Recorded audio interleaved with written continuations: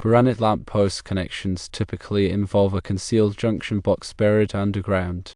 The process begins with excavation. Dig a hole approximately 12 to 18 inches deep and wide enough to accommodate the junction box. Next, install the junction box. Place the junction box in the hole and make sure it is level. Use gravel or sand to fill around the box for drainage. Then run the conduit. Run an electrical conduit from the house to the junction box underground. The conduit should be buried at a depth of at least 18 to 24 inches for protection. Proceed to connect the wires. Connect the electrical wires from the house to the wires from the lamppost in the junction box. Use wire nuts and electrical tape to secure the connections. After that, caulk and seal the area. Caulk around the conduit opening in the junction box and seal the cover with silicone to prevent water penetration. Finally, bury the junction box and conduit. Backfill the hole around the junction box and conduit with soil or gravel. Compact the soil to secure the components. The labor cost to hook up a granite lamppost and connect it to an existing coach light switch can vary depending on factors such as the distance from the house, soil conditions, and complexity of the installation. Firstly, consider the cost of fishing a switch leg, which might range from $50 to $150. Secondly, account for running the polyvinyl chloride conduit, which could cost from $100 to $250. Thirdly, excavating and installing the junction box may cost between $200 and $400. Fourthly, wiring connections could add another $50 to $150. Fifthly, backfilling and cleanup could range from $50 to $100. The total estimated labor cost is from $450 to $950. This estimate assumes that the lamppost is located within 50 feet of the house and the soil conditions are relatively easy to work with. For installations that require additional materials such as transformers or ground rods, the cost may increase. It is advisable to use a licensed electrician to ensure the installation is done safely and according to code. Choose a granite lamppost that is suitable for the size and style of your property. Carefully consider the location of the lamppost to avoid potential conflicts with landscaping or other structures. Install light-emitting diode or LED bulbs to reduce energy consumption and maintenance costs. When working with electrical systems, it's important to follow safety precautions and local electrical codes. Ensure that all wiring is properly insulated and grounded to prevent electrical shock. Always disconnect power before working on any electrical components and use appropriate personal protective equipment.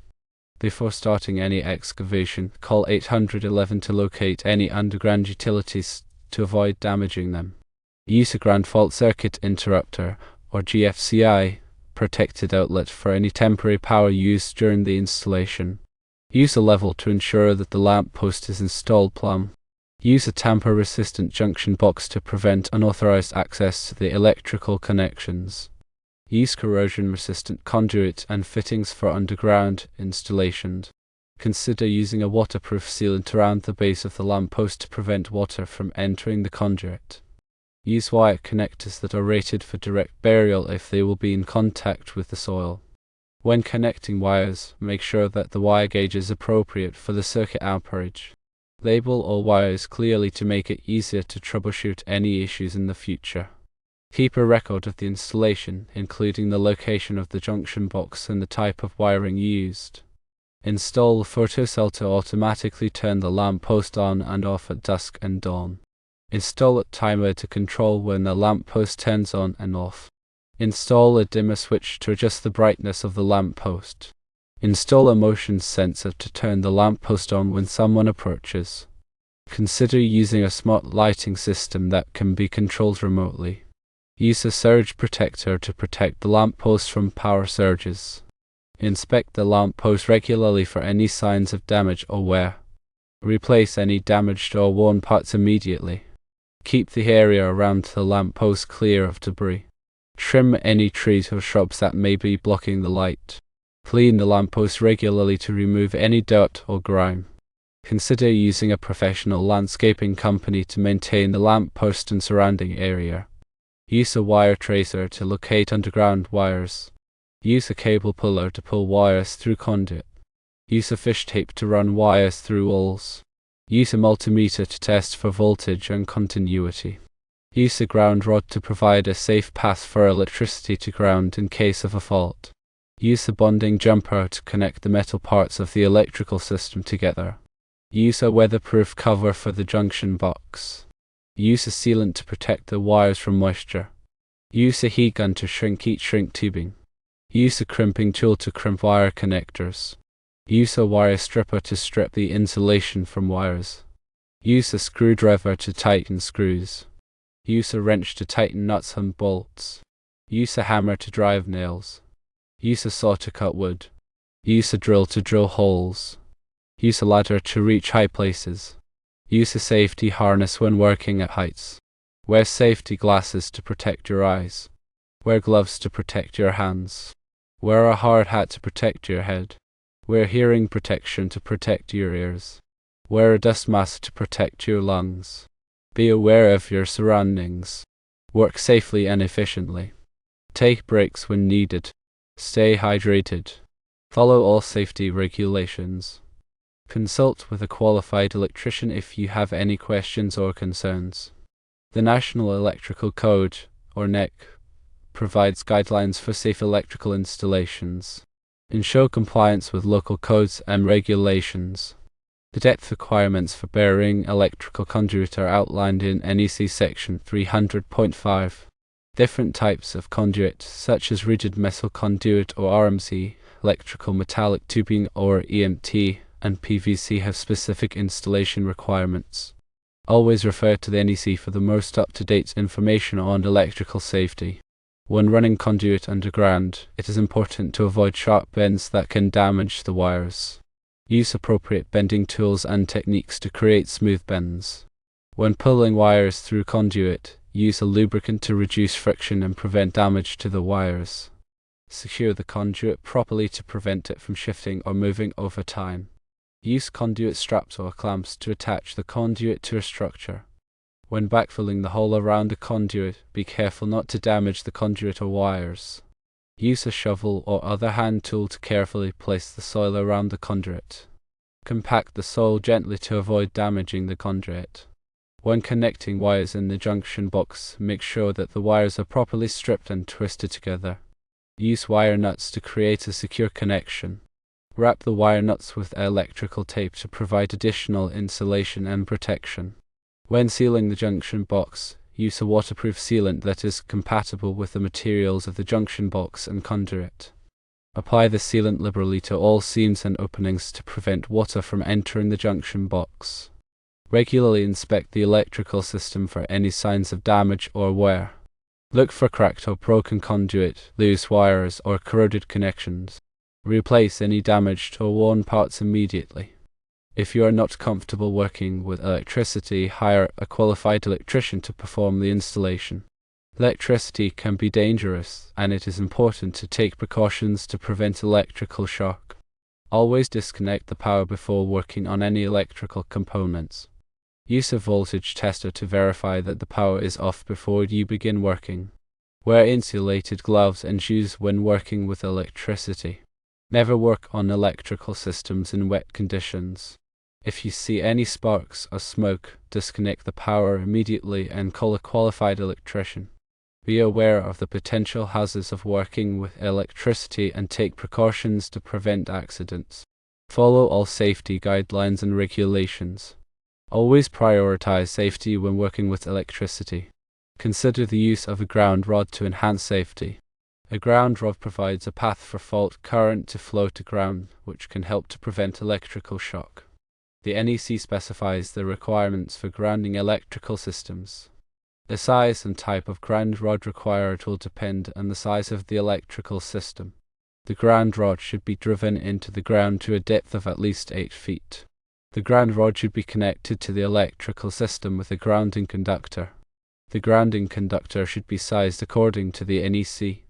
The grounding conductor should be connected to the ground bus in the electrical panel. The ground bus should be connected to the neutral conductor. The neutral conductor should be connected to the utility company's neutral conductor. The grounding system should be inspected regularly to ensure that it is functioning properly. The grounding system should be tested to verify that it is providing a low resistance path to ground. If the grounding system is not functioning properly, it should be repaired or replaced. A properly installed and maintained grounding system can help to prevent electrical shock and protect electrical equipment from damage. The NEC Section 250 covers grounding and bonding requirements. The use of a surge protector can also help to protect electrical equipment from damage. A surge protector is a device that protects electrical equipment from voltage surges. Voltage surges can be caused by lightning, power outages, or other electrical disturbances. A surge protector works by diverting the excess voltage to ground. A surge protector should be installed at the electrical panel. Additional surge protectors can be installed at individual outlets to provide additional protection. Surge protectors are rated by their surge current capacity. The surge current capacity is the amount of current that the surge protector can safely divert to ground. Choose a surge protector with a surge current capacity that is appropriate for the electrical system. Surge protectors should be inspected regularly to ensure that they are functioning properly. Surge protectors have a limited lifespan. Surge protectors should be replaced when they reach the end of their lifespan. A surge protector can help to protect electrical equipment from damage caused by voltage surges. Consider the use of arc fault circuit interrupters, or SIs, to enhance safety. SIs are circuit breakers that protect against fires caused by arcing faults. Arcing faults are electrical faults that can cause fires. SIs work by detecting arcing faults and shutting off the power to the circuit.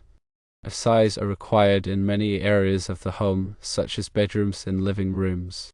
SI should be installed in accordance with the NEC. SIs should be tested regularly to ensure that they are functioning properly. SIs can help to prevent fires caused by arcing faults. Consider the use of ground fault circuit interrupters, or GFCIs, to enhance safety. GFCIs are devices that protect against electrical shock. GFCIs work by detecting ground faults and shutting off the power to the circuit. Ground faults are electrical faults that can cause electrical shock. GFCIs are required in many areas of the home, such as bathrooms and kitchens. GFCIs should be installed in accordance with the NEC. GFCIs should be tested monthly to ensure that they are functioning properly. GFCIs can help to prevent electrical shock. When selecting a lamppost, consider the style of your home and the surrounding landscape. Choose a lamppost that complements the overall design of your property. Consider the height of the lamppost. The height of the lamppost should be proportional to the size of your property. Consider the brightness of the lamppost. The brightness of the lamppost should be sufficient to illuminate the area around the lamppost. Consider the energy efficiency of the lamppost. Choose a lamppost that uses energy-efficient light-emitting diode or LED bulbs. Consider the maintenance requirements of the lamppost. Choose a lamppost that is easy to maintain. Consider the cost of the lamppost. Choose a lamppost that fits your budget. When installing a lamppost, follow the manufacturer's instructions carefully. Ensure that the lamppost is properly grounded. Use a licensed electrician to install the lamppost. A properly installed lamppost can enhance the beauty and safety of your property. The NEC Table 300.5 provides minimum cover requirements for direct buried cables and conduits.